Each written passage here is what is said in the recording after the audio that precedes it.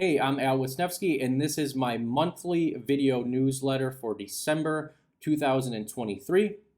The topic of this newsletter is how to find off-market properties. Now, I've been getting emails over the course of, probably the last several years of people that have questions about how I do stuff, if it's whether it's trying to find a property, sell a property. And so I wanted to go through these emails in these newsletters because if one person's asking the question, I'm sure there's hundreds of others that have the same question. So this particular email that I got, and I'll go through it, was all about trying to find off-market properties, which is a common theme the past couple years or so. When a lot of buyers were in the market, homes were going way over asking price, properties were going over asking price, and a lot of buyers got beat out. And now with interest rates going up, that put even more tightness on the inventory, and it's still a factor today. So people are having to reach out to property owners to try to make a deal with a property that's not even on the market.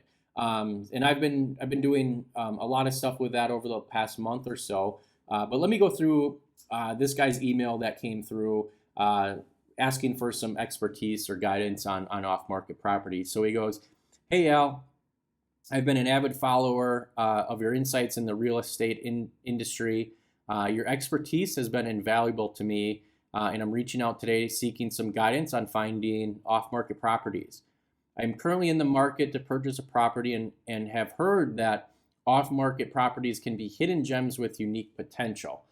Depends on the property. But given your extensive experience, I was hoping you could share some advice on how to identify and acquire off-market properties." So again, this is a theme that has been pretty common the past 2 or 3 years. So I love this email because there's a lot of things that people can do to start finding off-market properties. So I'll kind of go into two things here. I'll go finding and then acquiring. So with finding properties, I've developed basically 12 steps to build a list of off-market properties that you can keep following up with for these property owners. So I actually have it printed out. So anytime somebody works with me, we come up with a property acquisition plan that lays out all these 12 steps that we'll do. But the main ones to know are, first, you need to build your buyer profile. And what I mean by that is you're literally going to create like a resume about you. So it's going to have your name on it. It's going to have, if you're financing, if you're paying cash, if you've made any offers before, what you're looking for in a property, where you're looking to find that property. And I keep this simple, black and white, one page, does not have to have fancy clip art or images on it. Don't go into a long story about where you work, how many kids you have. Just be clear, be transparent. For example, if you're a finance buyer and you say, "Hey, I'm pre-approved, ready to go," but you're not, don't lie about that. This is your chance to make an impression on a property owner to try to put a deal together. So once you have that done, we're going to save that as a PDF. We could save it as a Word document. Doesn't really matter. But that's going to come back around when we start doing other campaigns. So you have your main profile that's highlighting who you are as a buyer. We're then going to pull a list of property owners based on where you want to buy. So there's a service called PropStream. So if, let's say, you're looking for land in Washington County, Wisconsin, you can search Washington County, Wisconsin, put in some filters about the size, where that owner lives, if it's sold within the last couple of years. You can filter this out really, really well. PropStream costs, I think it's $99 a month is what I pay. So you're going to build a list of that and you're going to export that. So now you have your list. You're also going to, it's called skip tracing, which basically means so-and-so owns this property. I got to try to find an email or a phone number or both so that I can start reaching out to these people.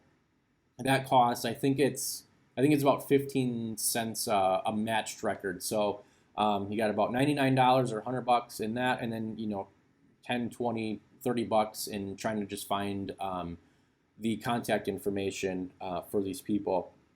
So once you have that, this is where your buyer profile is going to come into play. Because if you're going to email somebody saying, hey, X, Y, and Z, I saw that you owned this property here in Washington County. Would love to know if you'd ever, consider selling that to me. I'm a buyer looking for blah, blah, blah. That's your buyer profile. You're introducing yourself to them that way. Another way to do it is to call them. Now, if people are on the do not call list, do not call them. There's a reason they're on that, and just don't be a person that just skirts through these laws that are out there for people. Just respect their privacy if they're on there. There's other ways you can reach out to these people. A lot of people are also afraid to pick up the phone and call them. They prefer a text message or, just for them to magically show up one day on their phone calling them. So that is a hard thing to do. I love calling people. I think it's the quickest, easiest way to start a relationship with somebody. So if we have 400 people that we're trying to reach that have properties that could work for somebody, we're going to invest the time and money to, call them and just see if we can form a relationship somehow. So basically, just to recap right now, you have your buyer profile, you have your list of people that you're going to either send an email to or call. Another thing I recommend, and I'm saying do all of these. Don't just pick one and hope it's going to work. You gotta go a couple times or a few times to get in front of these people. The third one would be to create a direct mail piece that basically, again, your buyer profile, send that to them and say, hey, I'm so-and-so looking for so-and-so. I'm qualified. I've made 5 offers on properties, got beat out, ready to buy something. I like to do it as a postcard. So basically, I'll take our one-page buyer profile, make it into a nice postcard, and we'll send it that way. Don't be afraid to spend money on this. The one that I just did cost me $450. So as you can see, if you've been following along with the math, I'm probably about $600, at least $600 just in getting stuff set up to basically try to find an off-market property for this buyer that hired me to do this. So you can see where the money adds up pretty quick, but don't skimp out on things just to try to save 20 bucks, 10 bucks. You're looking for a property that's going to be worth a lot of money, whether you hold it for 5 years or 100 years. This is a one-time purchase. You're not buying 50 t-shirts or anything like that where you can just skimp and maybe you get lucky.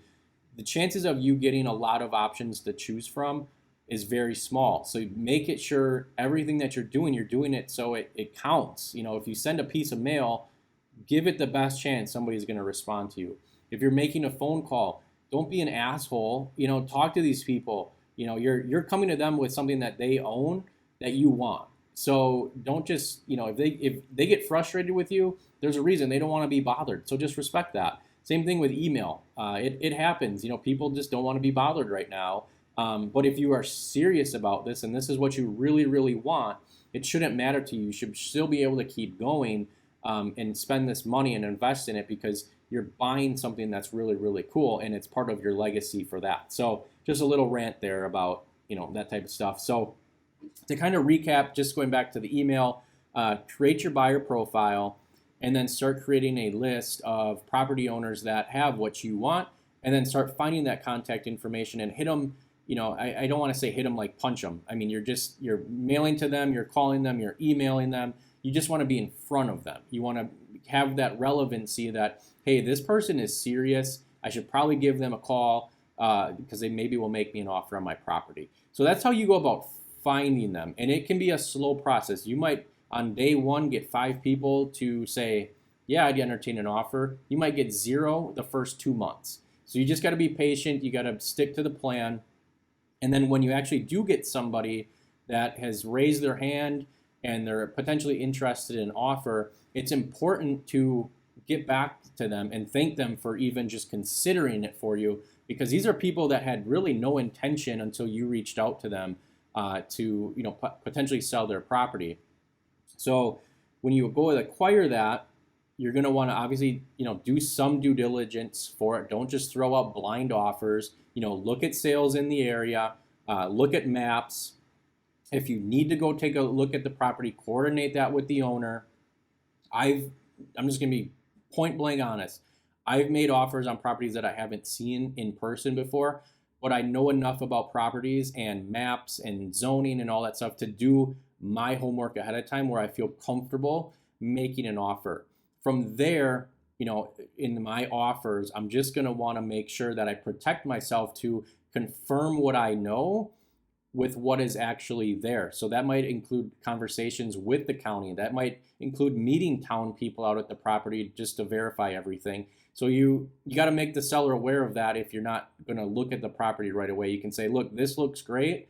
I love everything about it. I want to make you an offer of this, but I need to make sure everything checks out how it appears online and in person. There's nothing wrong with that.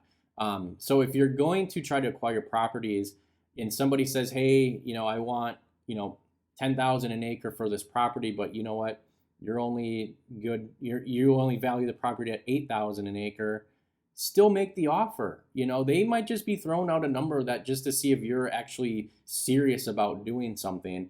The only way to actually acquire property is to make offers. If you just want to sit back and send out mail and make calls and email people and just have them call you and hope that a deal comes together, you're never going to acquire property. You actually have to man up and make an offer on these properties.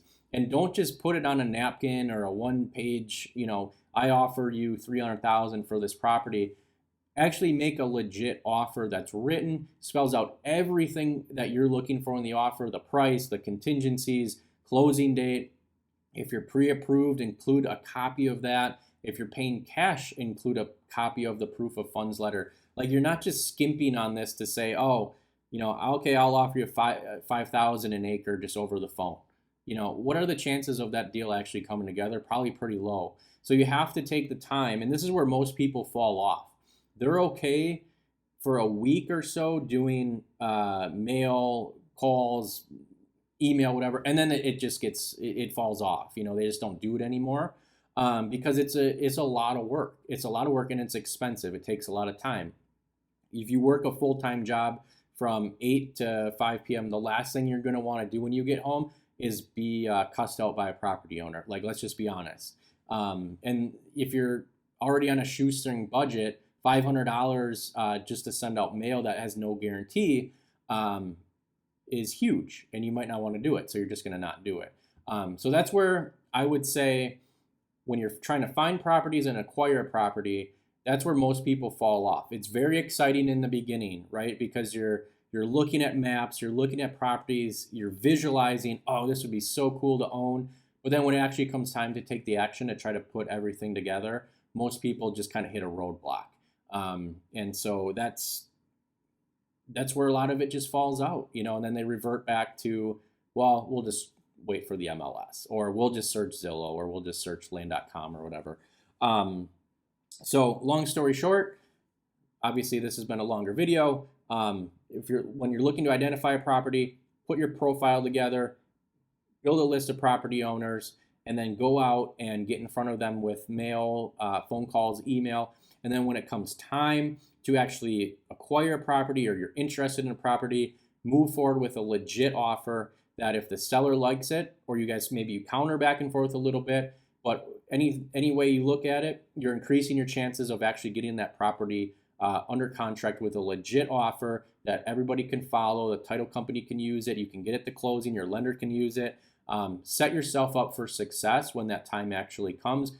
Try not to leave any loose ends. I love to have 0 loose ends, but just make it good for everybody, a win-win for everybody, and protect, obviously, yourself with contingencies and stuff like that, but be transparent with the seller so they know what you're looking to do with the property and how you're looking to buy it. So I hope that helps if you're looking to acquire off-market properties, or at least get started. Please reach out. Email is the best way. As you can see, I get a lot of emails with questions and stuff like that. Happy to do videos of this type to help answer those questions. Sometimes it's just easier than typing an email back. And if you have any questions on any of this, just shoot me an email, al@landandlegacygroup.com, and I'll get back to you, or shoot you a video, or maybe we can just hop on a call, and talk things through. So Thanks again for checking out this video. Have a great day, and we'll talk to you soon.